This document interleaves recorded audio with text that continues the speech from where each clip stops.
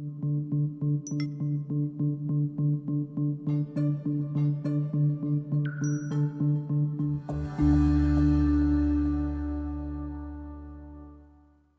are predicting that the worst is yet to come, which is unfortunate, said one person here.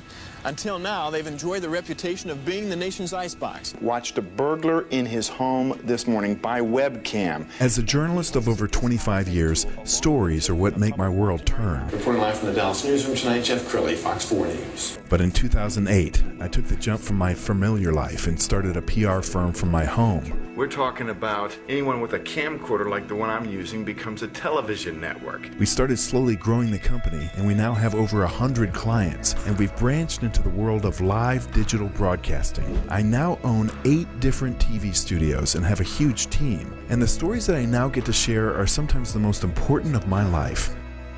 Life has a funny way of coming around full circle. This is The Jeff Crilley Show.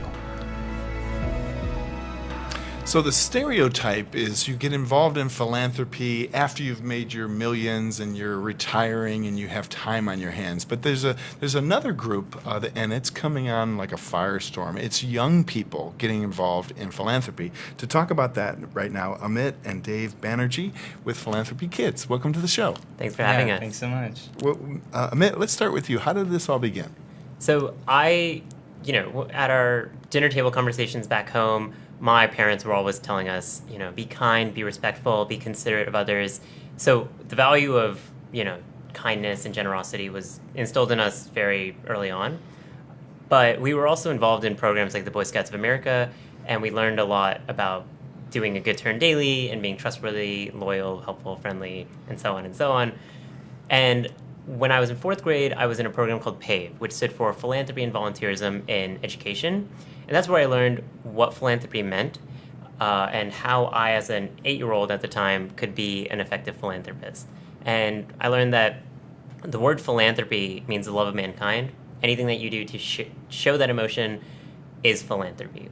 And so years went on, I was working on my Eagle Scout project, and I created Philanthropy Kids magazine, a magazine that highlighted the stories of kids doing good for others. Eventually, that organization evolved into Philanthropy Kids, which now has digital publications, education programs, and writing initiatives and literacy initiatives for others. So, Dave, let's bring you into this. You're watching your older brother do this. Are you thinking to yourself, that's his thing, that's not my thing, or are you thinking, I can't wait to get involved?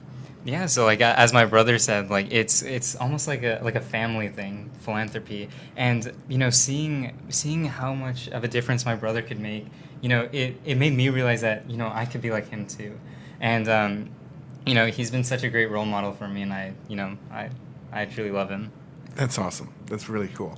We've got a little video of you as you're working on your Eagle project, and we're going to roll some of that right now, and maybe you can narrate what event was this? So back in 2012, we actually released the first edition of Philanthropy Kids magazine. We did an all-call to the community, reached out to people in our personal networks and said, if you know of a kid who's doing good for others, submit your story. We want to highlight them. These are some of the pictures of some Boy Scout volunteers who actually were the first iteration of our editorial team. They were going through hundreds of articles and trying to condense them into the magazine that we saw. And then the other pictures you see here are images from our launch party. We invited people from the Boy Scouts community. It was actually held at the Circle 10 Council's headquarters. And we invited everyone who submitted a story was invited.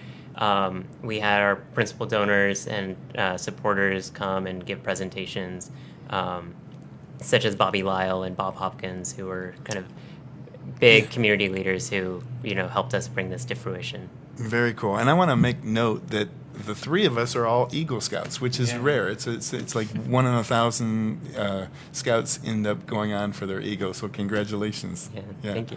That's awesome. Well, you both shared with me before the show one of your favorite stories of a young person doing good. Amit, let's start with you. What story did you just share? So one of the stories that we actually were able to highlight in our first issue was a story about a kid who was in 3rd or 4th grade at the time, and he noticed that there was a new kid at school who was sitting alone at lunch, who was playing alone at the playground during recess, and he realized that as a new kid, he didn't really have any friends at school. And so he took it upon himself to introduce him to the entire class as his friend, introduce him to his friend group and say, this kid is going to play with us and be a part of our, life as students. And so he really took it upon himself to be a philanthropist, show that love of mankind, and really, as a very young kid, express kindness and inclusiveness with someone who he barely knew. That is inspiring. Dave, how about you?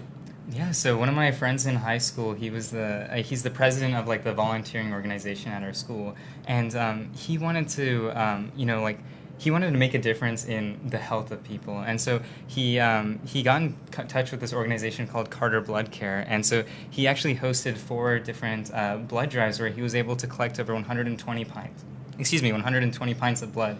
And so, he was able to save so many lives, and, that's just another kid making a big difference in the community. I think that's awesome. Do you find that most kids, they might have a good idea, but they're not acting on it, and they need permission from somebody like you to say, just go for it? You don't have to wait to start a nonprofit or even just do some volunteer work, right? Yeah, for sure. I mean, all kids, everyone is a good person, and we want to do good for the community. But the thing is, we just sometimes don't know where to start. And that's kind of what my brother and I are trying to do with Philanthropy Kids. We want to show to kids that you can make a difference. As a child, you can be a philanthropist. That word philanthropy isn't reserved just for, old people with $1 billion, right? You don't need $1 billion to make a difference in your community, as we've seen from their examples of students making a difference. And yeah, we just want to empower these kids to, pursue philanthropy. And I know this weekend you guys are going to be busy with a program. Why don't you talk about that, Amit? Yeah, so this weekend we're actually going to be hosting a virtual conference called the Youth in Philanthropy Conference. And it's a partnership between 3 organizations, Philanthropy Kids, Paper for Water, and the Center Vision Leadership Foundation. We're going to bring in kids all over the globe to come learn about what it takes to be a young philanthropist and a young leader in the philanthropic community from people who've in some ways or another have made it in that community. My brother and I are going to be presenting to a group of students, and there are going to be other young leaders who are going to share their stories and kind of help guide people who are eager to do the same. Yeah. Well, have you found, since you've been doing this now for several years, have you found that the momentum is building? Are there more kids wanting to do good than ever before? So I think we have a program. I mentioned earlier PAVE, Philanthropy and Volunteerism in Education. The founder of PAVE actually reached out to us in 2013 and said, we want Philanthropy Kids to take over PAVE, but we want to incorporate social entrepreneurship into it and rename the program Philanthropy and Volunteerism in Entrepreneurship. And since then, we've taught kids what philanthropy is, why it's important, and how they can be a philanthropist and a social entrepreneur through leadership skills, communication skills, and just learning about their communities and the causes that are there. And our students have just been so receptive to this, the content that we're sharing with them. They're realizing that, yes, homelessness is such a big issue, hunger is such a big issue, and even tougher concepts like domestic violence and racism. We're addressing those topics and helping these students identify tangible ways for them to get involved. So these kids are finding things that they're passionate about in terms of causes, and then they're linking them up with other interests and passions that they have, and creating service projects and fundraising initiatives and even full-out organizations to help fulfill those needs. And so we're always impressed to see how these kids are taking the initiative upon themselves to be philanthropists. Outstanding. Well, we're almost out of time, so Dave, I'll give you the final word. What thought do you want to give people as they're watching this? Yeah, and what I want to say is that no matter how old you are, no matter how much money you have, you can make a difference. And just going out there and spending time volunteering is one of the best ways you can get involved. And yeah. That's outstanding. So we're going to put up a couple of websites. We'll start with you. Your website is philanthropykids.org. Put that on the screen there. And then the group that you're working with this weekend, philanthropymisunderstood.org, is how people can get plugged into the conference. Yes, so they can buy their tickets through philanthropymisunderstood.org for this Saturday. The conference is going to be from 10 a.m. to 2 p.m. Central Time. Outstanding. Well, you guys have been great guests, and thank you for your service. Thank you for thanks so having much us. for having us. You bet. And that's it for now. We'll see you next time.